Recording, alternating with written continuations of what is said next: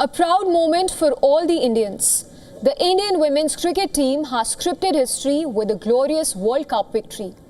Harmanpreet Kaur and her team lifted the country's first ever ICC Women's ODI World Cup trophy after a stunning 52-run win over South Africa in Navi Mumbai.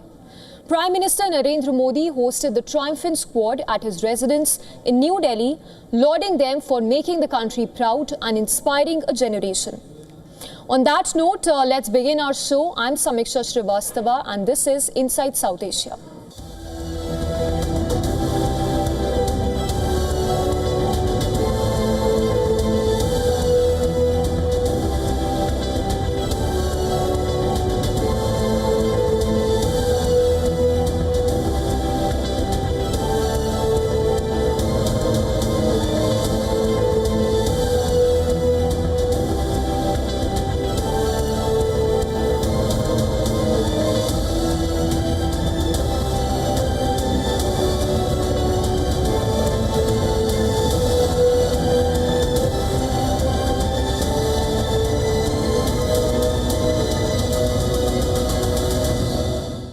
Just after over 2 months, another major earthquake rocked Afghanistan this week.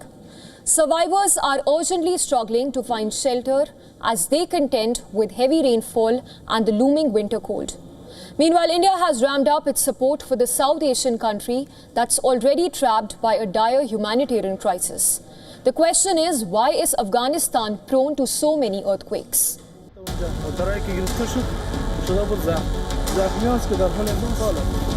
دار گرفته. برای شیشه‌هاشون کامل مایده شده.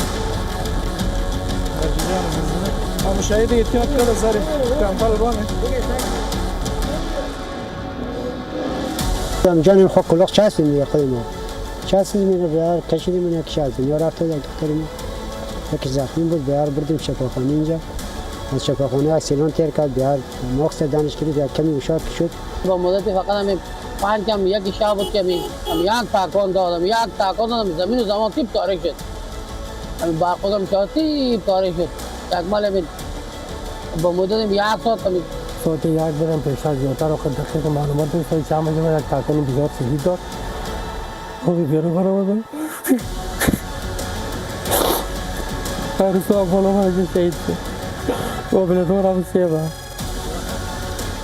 Horrific tales of death and destruction once again coming out of Afghanistan. A 6.3 magnitude quake struck just before 1 a.m. local time, with an epicenter 22 kilometers southwest of the town Kulm in Samangan province. Look at these visuals, Afghan rescuers pulling the body of a girl out from rubble. Chaos and fear have gripped the South Asian country one more time, the second major quake within just 3 months. On the 31st of August, a powerful earthquake with a magnitude of 6.0 in eastern Afghanistan killed more than 2,200 people. The latest earthquake also triggered landslides, destroyed homes and blocked key transport routes. The tremor caused severe damages across 5 provinces, including Balkh, Samangan, Saripol, Baglan and Kunduz, according to local authorities. The death toll stood at 27, while another 956 people were injured. This is the historic Blue Mosque of Mazar-e-Sharif. The 15th century landmark, known for its vibrant tiles, was also severely damaged.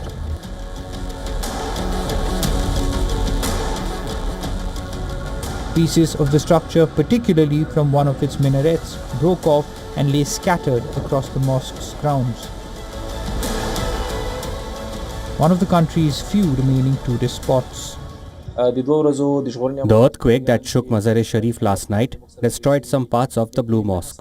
We call on the Islamic Emirate to pay attention to its reconstruction and complete the repair work as soon as possible and open its doors to the public. Indian Foreign Minister S. Jaishankar was among the first to call his Taliban counterpart Amir Khan Muttaqi on pledging more support after New Delhi shipped 15 tons of food. Their conversation came weeks after the Taliban leader visited India in early October. He wrote on X, and I quote, "Called FM Maulavi Amir Khan Muttaqi of Afghanistan this afternoon to convey condolences at the loss of lives in the earthquake that struck Balkh, Samangan and Baghlan provinces. Indian relief material for the earthquake-impacted communities is being handed over today. Further supplies of medicines to reach soon. Discussed progress in our bilateral relationship since his visit. Welcomed the improving people-to-people contacts between India and Afghanistan." India delivered food items for the families affected by the earthquake, reaffirming its support to the Afghan people. Afghanistan often faces difficulty in responding to natural disasters, especially in remote regions. Buildings tend to be low-rise, constructions mostly of concrete and brick, with homes in rural and outlying areas made from mud bricks and wood, many of which are poorly built. Hemmed in by rugged mountains, Afghanistan is prone to a range of natural disasters, but its earthquakes cause the most fatalities, killing about 560 people on average each year and causing annual damages estimated at $80 million. Studies indicate at least 355 earthquakes with a magnitude higher than 5.0 have hit Afghanistan since 1990. Among the worst in recent years was a magnitude 6 quake in 2022 that killed 1,000 people. Multiple quakes in 1 month in 2023 together killed 1,000 people and destroyed entire villages. In August this year, a quake killed more than 2,200 people. Why is Afghanistan prone to quakes? The country is located on the edge of the Eurasian tectonic plate, which shares a transgression zone with the Indian plate, implying the two may converge or bush past each other, and is also influenced by the Arabian plate to its south, creating one of the world's most tectonically active regions. The northward movement of the Indian plate and its thrust against the Eurasian plate is usually responsible for Afghanistan's numerous quakes. As survivors now clear the rubble from their destroyed houses, they brace for their next challenge, the cold winter. While the quake survivors find shelter in time when temperatures go down in coming weeks, Afghanistan requires urgent international support to prevent further loss of life as the harsh winter is about to set in.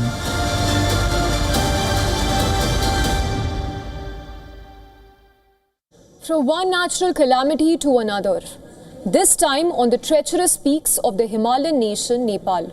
At least 9 climbers, including 7 foreigners and 2 local guides, were killed in 2 separate incidents. According to the Himalayan database and expedition archive, since 1950, at least 1,093 people have died on the perilous peaks of Nepal, with avalanches killing almost a third of them. Our next report brings you the details.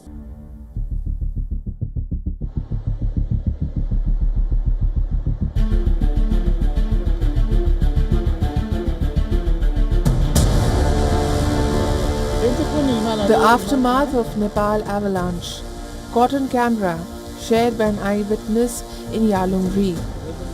Located in the Rolvaling Valley of northeastern Nepal, climbers encountered a mix of rock, ice and snow. Over the past week, days of ferocious snowstorms and an avalanche on the Himalayan peaks of Nepal resulted in the death of at least 9 people, including 5 Italian climbers, in 2 separate incidents. In western Nepal, 2 Italian climbers, Alessandro Caputo and Stefano Ferronato, died while attempting to scale the 6,887-meter Panbari mountain. Reportedly, the 2 Italians, who had been out of contact since the 31st of October, were caught in a heavy snowfall at Camp 1 and were confirmed dead early on the 4th of November.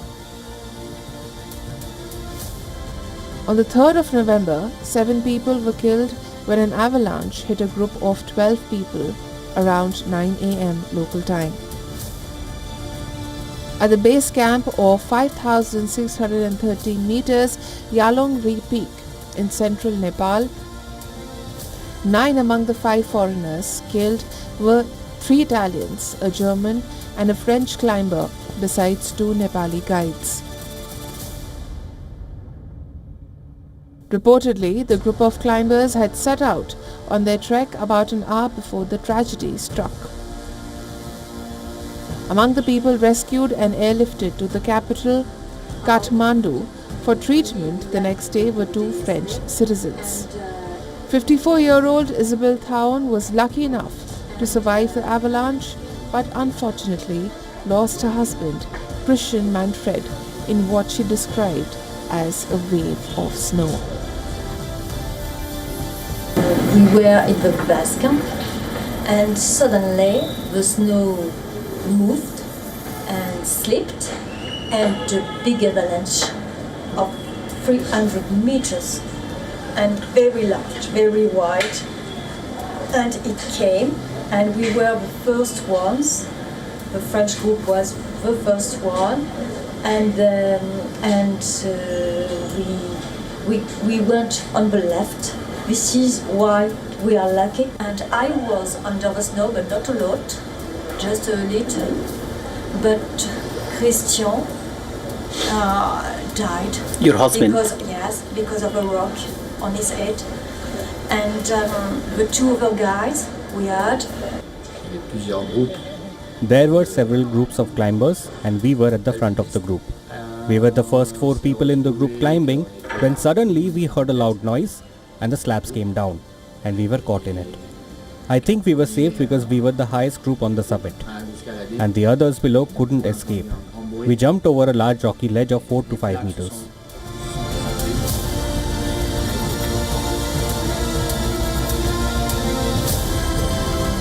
Rescue efforts on the day of the tragedy were hampered by poor weather and logistical issues, which made it hard to fly helicopters or reach the site on foot.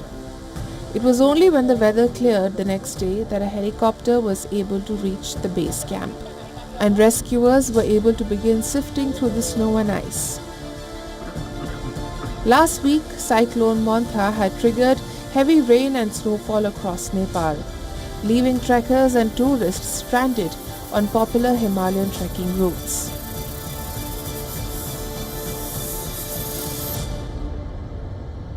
A small private helicopter flying to Loboche near the Everest Base Camp to rescue stranded trekkers crashed on the 29th of October when it tried to land.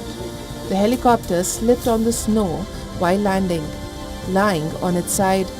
The pilot survived and was later rescued.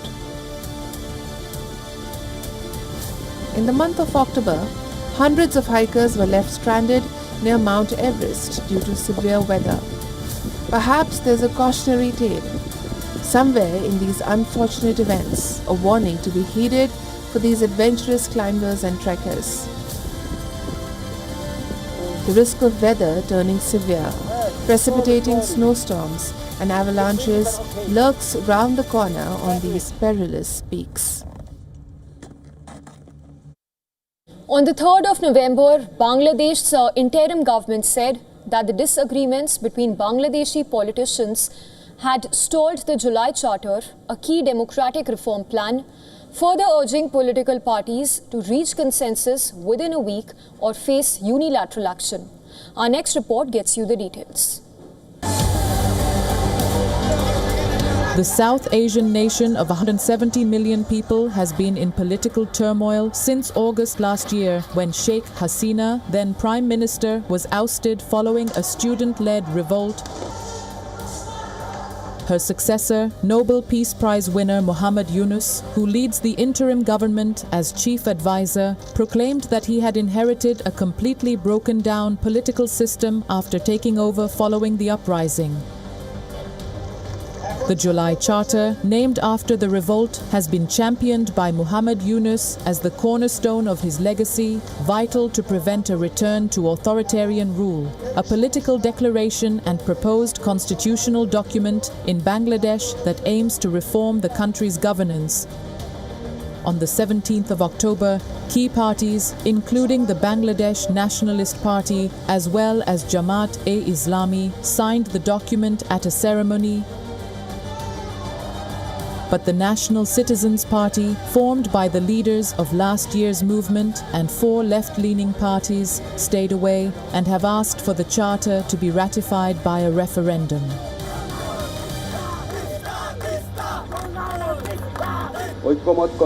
Despite lengthy discussions in the Consensus Commission, there are still differences of opinion on some reform recommendations. In addition, the meeting expressed concern over the differences that have emerged among political parties on the question of when the referendum should be held and what its content should be.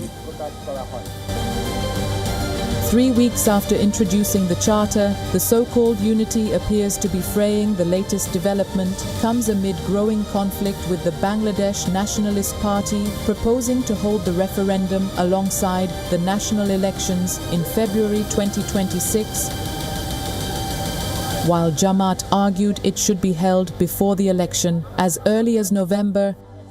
The interim government have asked all political parties to reach a consensus within a week on the referendum, saying it would take a unilateral decision if they failed to reach an agreement. In these cases, political parties who were also long-time allies in the anti-fascist movement are being urged to hold discussions among themselves on their own initiative and provide unified guidance to the government as soon as possible, if possible within 1 week.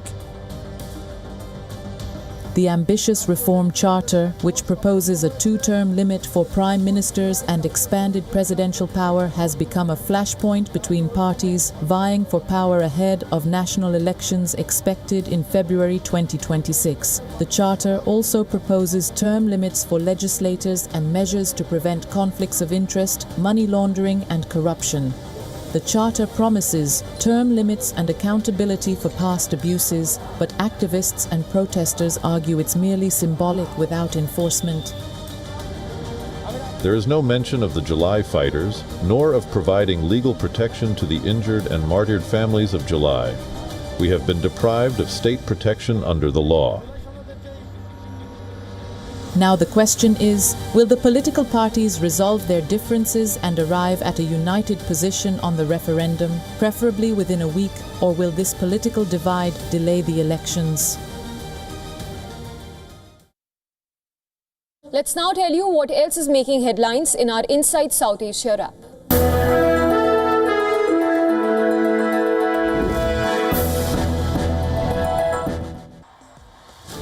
Zohran Mamdani has been elected mayor of New York City.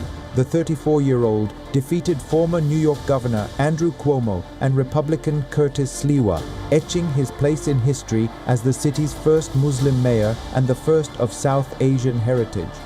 Zohran Mamdani, born to Meera Nair, Indian-American filmmaker and Ugandan scholar Mahmood Mamdani. Meera Nair on Tuesday shared Indian movie director Zoya Akhtar's praise for her on his electoral victory. Nair reposted Akhtar's Instagram story that was captioned, "Zohran, you beauty."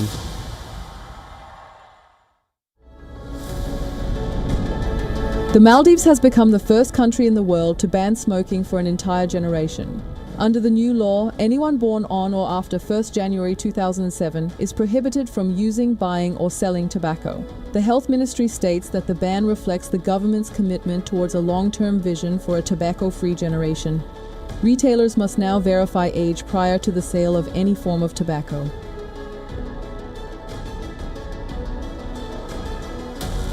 India has successfully launched its heaviest communication satellite, CMS-03, into orbit on the 2nd of November. The satellite, weighing 4,410 kilograms, was carried by ISRO's LVM-3 rocket from Sriharikota. The CMS-03 will provide multi-band communication coverage across India and nearby oceanic regions. This marks the 5th operational flight of the LVM-3 and another step forward in India's growing space ambitions. Pakistan's Lahore has once again topped the charts as the world's most polluted major city, according to Swiss monitoring group IQ Air. The second largest city and capital of Pakistan's Punjab province recorded an air quality index, or AQI, of 359 in the morning of the 4th of November, a reading that poses serious health risks to its millions of residents. The citizens urged the government to improve public transport and expand anti-smog measures across the city. The government is using anti-smog measures in posh areas only. But what about Old Lahore? We urge them to consider free public transport to reduce the number of bikes and ease pollution. The common man needs relief too.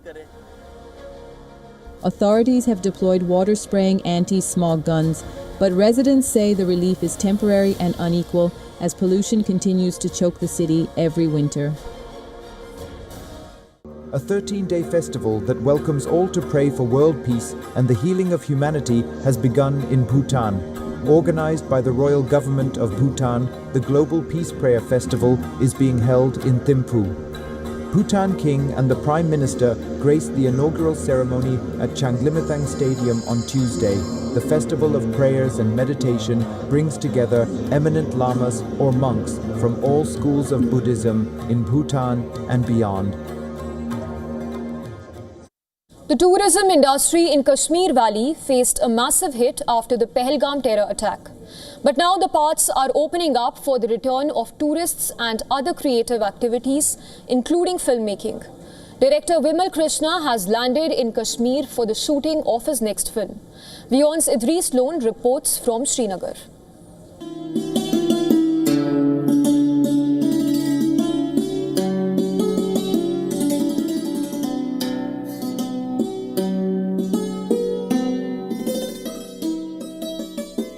Kashmir Valley witnessed a major blow to the tourism after the Pahalgam terror attack in April 2025. The tourism industry was massively hit and there was a decline of around 90% tourism during the summers.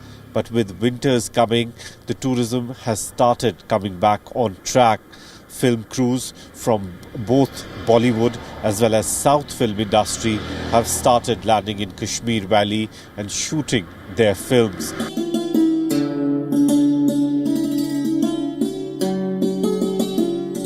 After the Pahalgam terror attack, the tourism industry in Kashmir Valley seems to be on its path to recovery. A South Indian film crew has begun shooting in Kashmir, transforming the blood-stained site of tragedy into a canvas of light-hearted comedy.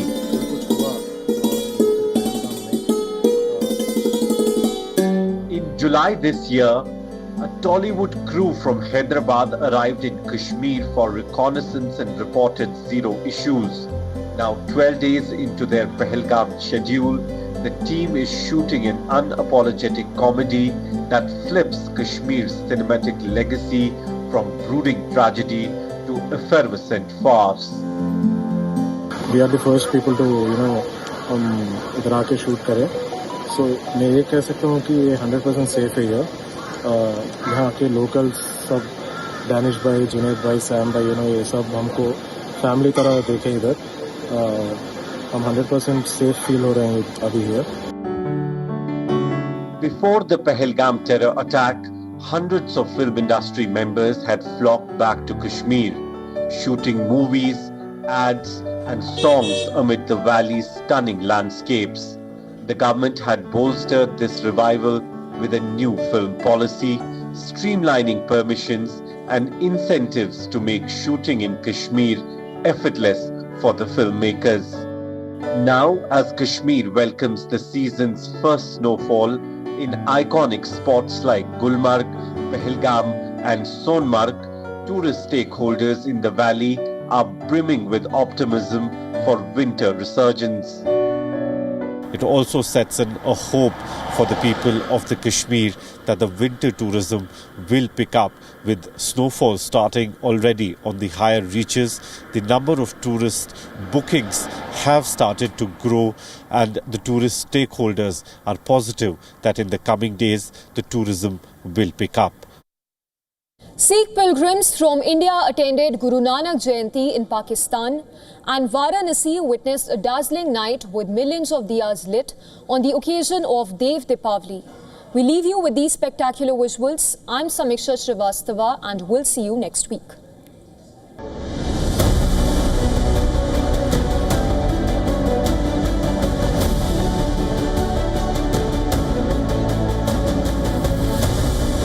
Waheguru ji ਕਾ ਖਾਲਸਾ ਵਾਹਿਗੁਰੂ ਜੀ ਕੀ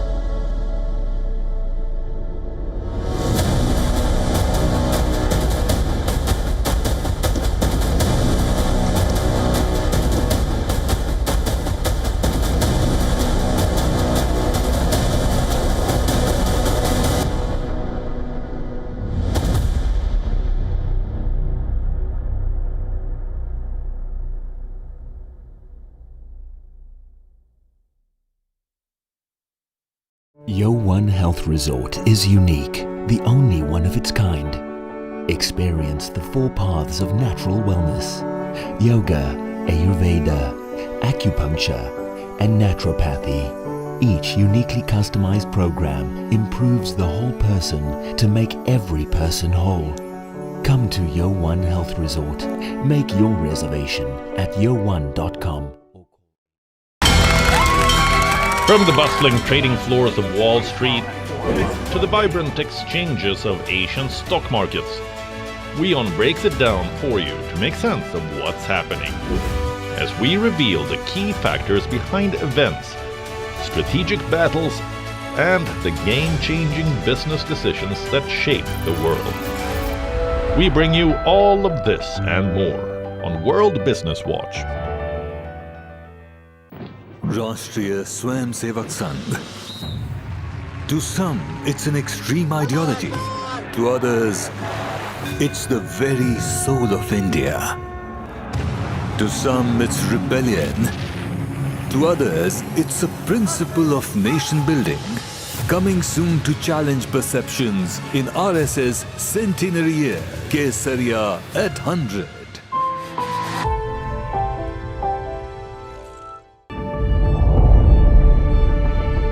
The Earth is sending distress signals. Wildfires, droughts, and melting glaciers. Can we reverse the damage? Explore the harrowing effects of climate change. It's a wake-up call